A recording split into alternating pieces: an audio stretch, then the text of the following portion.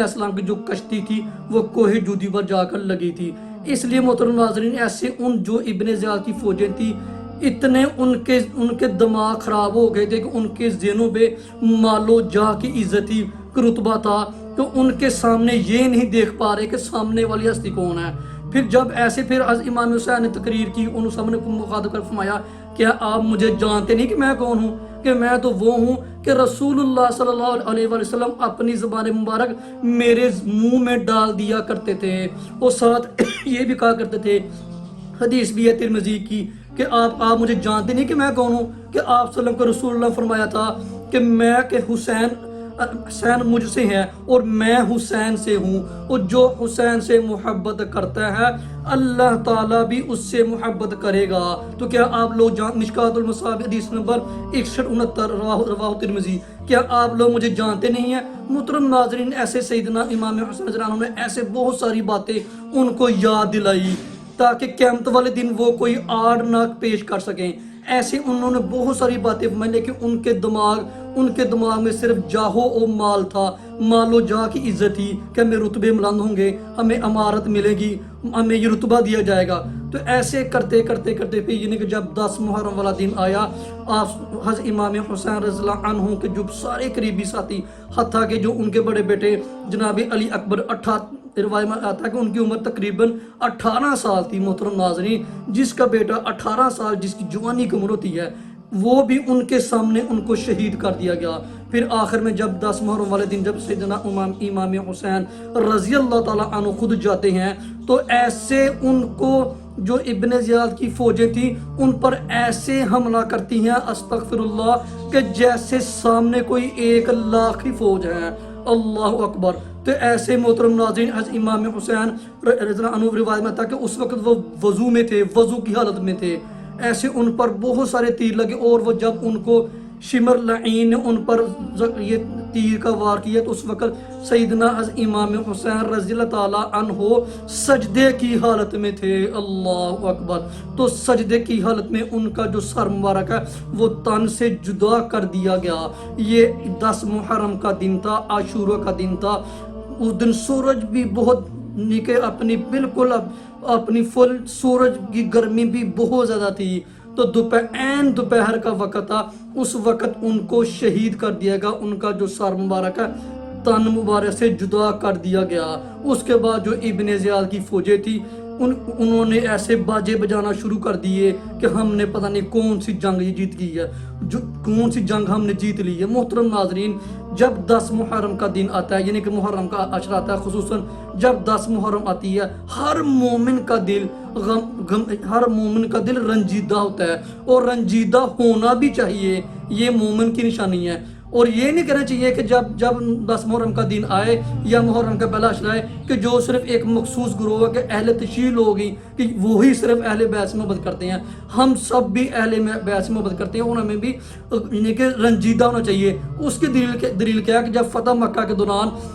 جب حضرت وحشی جنہوں نے آپ صلی اللہ علیہ وسلم کے قریبی ساتھی اور بہترین دوست اور چچا جان سیدنا امیر حمزہ کو شہید کر دیا تھا 3 ہجری میں، تو جب فتح مکہ کو 8 ہجری والے دن وحشی کو کسی نے کہا کہ آج آپ بھی مسلمان ہو جائیے، تو جب وہ مسلمان ہونے کے لیے سامنے آئے تو رسول اللہ صلی اللہ علیہ وسلم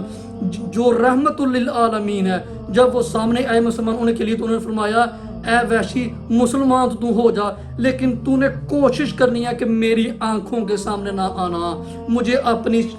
شکل نہ دکھانا۔ کیوں؟ کہ آپ صلی اللہ علیہ وسلم کو 5 سال بعد اپنے جو چچا کا جو شہید کر دیا گیا، اس وحشی نے شہید کیا تھا، ان کا جو غم تھا وہ ابھی تک آپ صلی اللہ علیہ وسلم کے ذہن میں تھا، لیکن 3 ہجری میں وہ شہید ہوئے تھے، تو 8 ہجری کو فتح مکہ ہوا تھا، تو 8 ہجری والے دن جب وہ 8 ہجری کو جب وحشی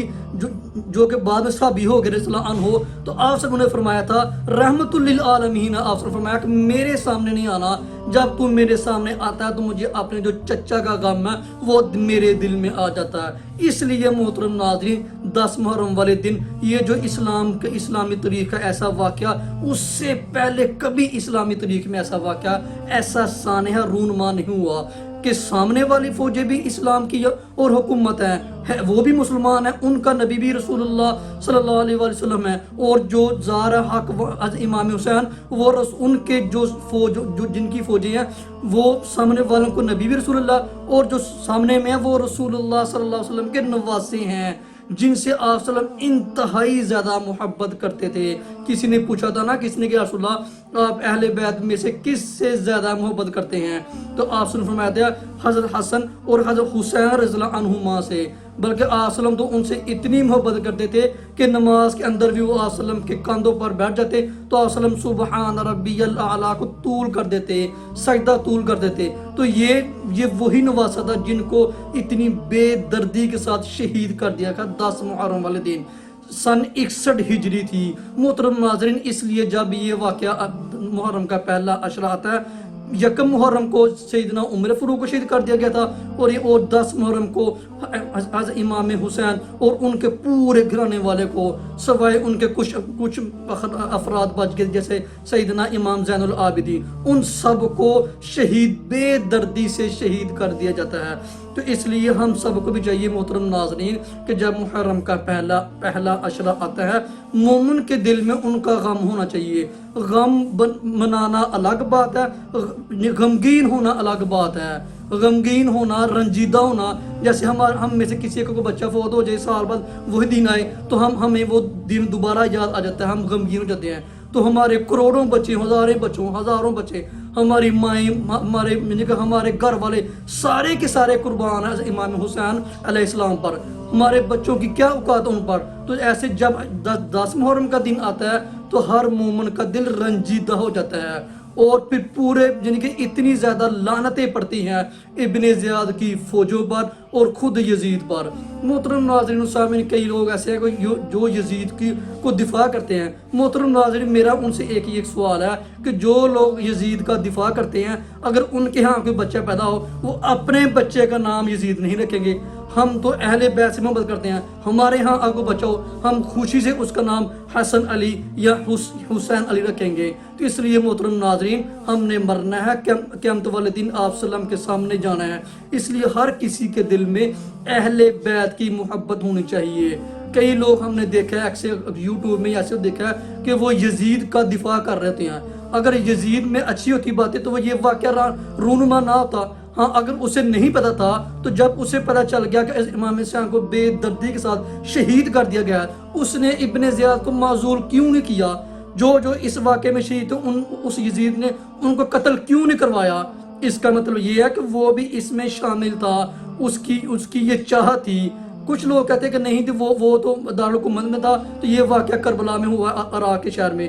لیکن محترم ناظرین، بعد میں جب اس کو پتا چلا تو اس کو چاہیے تھا کہ یہ جس نے یہ واقعے میں شامل تھے ان کو وہ سولی میں لٹکا دیتا، سب کو وہ مرواتا، لیکن اس نے کبھی کسی ایک چھوٹے سے چھوٹے بندے کو بھی اس نے معزول نہیں کیا۔ اس لیے محترم ناظرین، قیامت تک ہم ابھی باتیں کر رہے ہیں، ہمارے بعد لوگ آئیں گے، ایسے ہم دنیا سے چلے جائیں گے، یزید پر لعنتیں ہی برستی رہیں گی، اور حضرت امام حسین پر اور اہل بیت پر لوگ درود و شریف ہی پڑھتے رہیں گے۔ اس سے بڑا اور کیا مقام ہو سکتا ہے کہ جب ہم نماز میں کہتے ہیں اللہم صلی علی محمد وعلی آل محمد، اور جن ابن زیاد کی فوجوں نے جنہوں نے امام حسین عنہ کو شہید کیا تھا، ان کے گھر والوں کو شہید کیا تھا، وہ بھی جب نماز پڑھتے تھے تو وہ بھی ان کو بھی مجبوراً یہی کہنا پڑتا ہوگا اللہم صلی علی محمد وعلی آل محمد۔ محترم ناظرین، یہ جو خصوصیت ہے، یہ صرف اہل بیت کے لیے ہے کہ اے اللہ، نبی کریم صلی اللہ علیہ وسلم پر رحمت نازل فرما، جو ان کے اہل بیت ہے، خصوصاً ان کے اہل بیت، یعنی کہ امام حسن حسین، اور جو ان کے اہل بیت میں سے ہے، اور جو یزیدی فوج تھی، ابن زیاد کی فوجیں تھی، جب وہ اب تو وہ کر انہوں نے اپنا جو کیا تھا وہ تو انہوں نے حاصل کر لیا مرنے کے بعد، لیکن اس وقت بھی جب وہ نمازیں پڑھتے تھے تو وہ بھی نماز، کیونکہ وہ نمازیں تو پڑھتے تھے لیکن نمازوں کے اندر ان کو مجبوراً یہ کہنا ہی پڑتا تھا اللہم صلی علی محمد وعلی آل محمد۔ اس لیے محترم ناظرین، جب محرم کا پہلا عشرہ آتا ہے تو ساری جو مسلم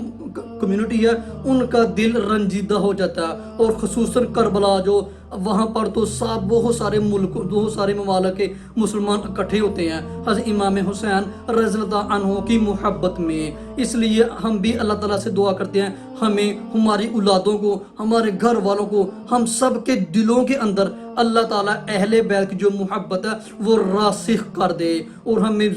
پوری زندگی اہل بیت کی محبت کے ساتھ ہی زندہ رکھے، اور ان کی محبت کے ساتھ ہی ان کے چرچے ہی ہم کرتے جائیں۔ اور جو لوگ جو لوگ امام حسین رضی اللہ عنہ کی شہادت میں شریک تھے، اللہ تعالیٰ ان پر لعنتیں ہی برساتا رہے، جو بھی شامل تھا چھوٹے سے لے کر بڑے تک، اللہ تعالیٰ ان سب پر اپنی فرشتے سب پر اللہ تعالیٰ ان پر اپنی لعنتیں برساتا رہے، اور اللہ تعالیٰ ہم سب کو بھی اہل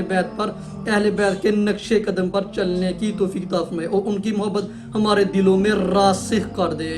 آمین وما علینا الا البلاغ المبین۔ السلام علیکم ورحمۃ اللہ۔